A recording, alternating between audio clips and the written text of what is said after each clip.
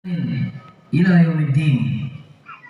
الله أكبر الله أكبر الله أكبر الله أكبر الله أكبر الله أكبر الله أكبر الله أكبر الله أكبر ولله الحمد. جماعة المسلمين والmuslimat rahimani wa rahimakumullah. Pertama-tama kita bersyukur kepada Allah Rabbul Izzah atas segala limpahan karunia yang telah Allah karuniakan kepada kita, sehingga kita masih diberikan keimanan, sehingga kita masih diberikan kesehatan, dan kita masih diberikan kemudahan untuk dapat melakukan ketaatan yang sesuai dengan tuntunan baginda yang mulia Nabi Muhammad SAW.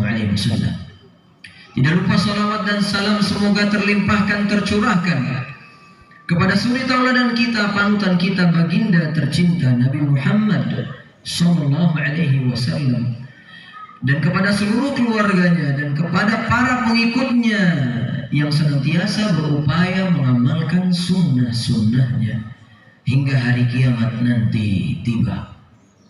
Jamaah kaum muslimin wal muslimat rahimani wa rahimakumullah. Allahu akbar Allahu akbar Allahu akbar, la ilaha illallah, Allahu akbar walillahil hamd. Jamaah kaum muslimin wal muslimat rahimani wa rahimakumullah. Al-Imam Ibnul Qayyim rahimahullahu ta'ala, beliau pernah menyebutkan di dalam kitabnya Madarijus Salikin, beliau katakan al-imanu nisfan, yang namanya keimanan itu terbagi menjadi dua bagian. Bagian yang pertama nisfun fi syukr, yaitu yang bagian pertama separuhnya ada pada bersyukur, wa nisfun fi sabr, dan separuhnya lagi ada pada kesabaran. Bapak-bapak, ibu-ibu rahimani wa rahimakumullah, tatkala seseorang telah bersyukur kepada Allah dan dia bersabar terhadap musibah yang Allah timpakan kepada dirinya, maka sungguh keimanan orang tersebut telah sempurna. Namun apabila seseorang dia tidak bersyukur, terlebih lagi tidak bersabar, maka perlu berhati-hati orang yang seperti ini, dikhawatirkan imannya tidak sempurna. Allah Subhanahu wa ta'ala seringkali menyebutkan di dalam Al-Quran tujuan di antara kita beribadah, tujuan di antara kenapa kita hidup di dunia. Seringkali Allah sebutkan la'allakum tashkurun, agar kalian bersyukur, agar kalian bersyukur, berterima kasih kepada Allah Azza wa Jalla. Kenapa demikian? Karena banyak di antara umat manusia yang mereka tidak bersyukur kepada Allah Azza wa Jalla. Maka tatkala Umar ibn Khattab radhiyallahu ta'ala anhu, beliau sedang sholat, kemudian tatkala beliau sedang sholat, sesudahnya beliau sholat, beliau mendengar ada seseorang yang berdoa dengan doa yang menakjubkan beliau, yang mana doa ini belum pernah terdengar oleh Umar sebelumnya radhiyallahu ta'ala anhu. Apa doa tersebut jemaah sekalian? Doa tersebut adalah Allahumma ja'alni min ibadikal aqallin, ya Allah, jadikanlah aku termasuk hambamu yang sedikit. Mendengar doa seperti ini, Umar bin Khattab tercengang. Siapa tadi yang berdoa dengan doa yang sedemikian rupa? Kemudian orang yang berdoa tadi mengatakan, saya wahai Umar, saya. Kemudian Umar bertanya, apa maksudmu engkau berdoa dengan doa yang demikian?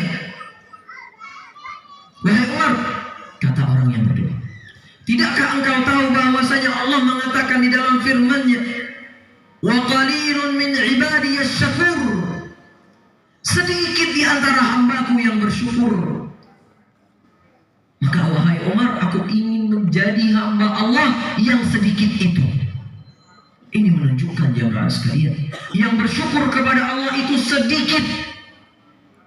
Dan ketahuilah jamaah sekalian, kita tidak akan dikatakan sebagai hamba yang bersyukur apabila tidak kita menunaikan rukun syukur tersebut.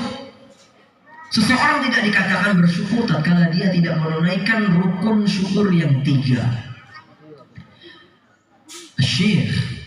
Syekhul Islam Ibnu Taimiyah rahimahullah ta'ala, beliau sebutkan rukun syukur ada 3.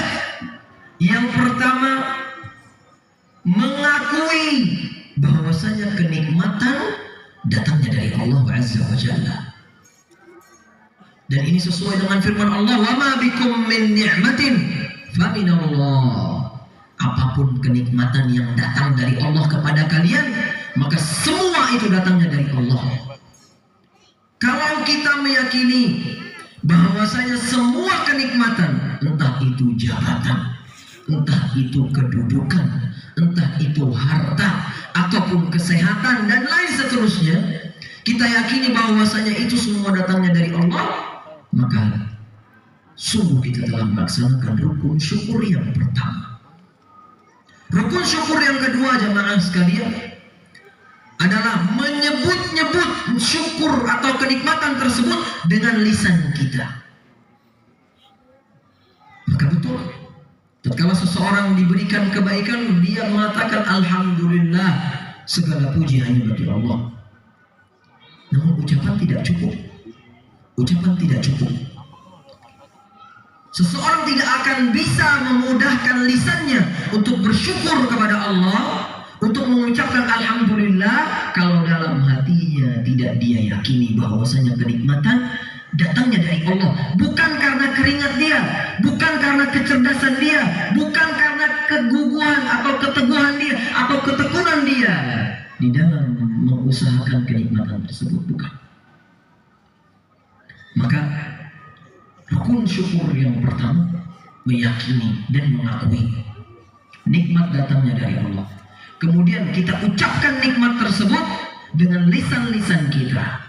Dan rukun yang terakhir dan yang ketiga adalah menggunakan kenikmatan tersebut untuk melakukan ketaatan yang berikutnya, bukan untuk melakukan kemaksiatan.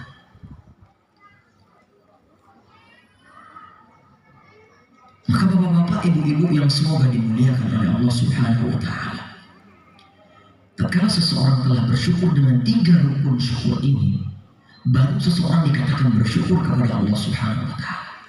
Berbicara tentang rukun syukur yang ketiga, menggunakan kenikmatan untuk melakukan ketaatan yang berikutnya, di antaranya adalah dengan berkorban. Berkorban jamaah sekalian, sebagaimana Nabi SAW diperintahkan untuk bersyukur kepada Allah tatkala Allah telah berikan kepada beliau sungai Al-Kautsar, yang mana ayatnya kita semua hafal. Inna a'tainaka Al-Kautsar, sungguh telah kami berikan kepada Muhammad Al-Kautsar. Apa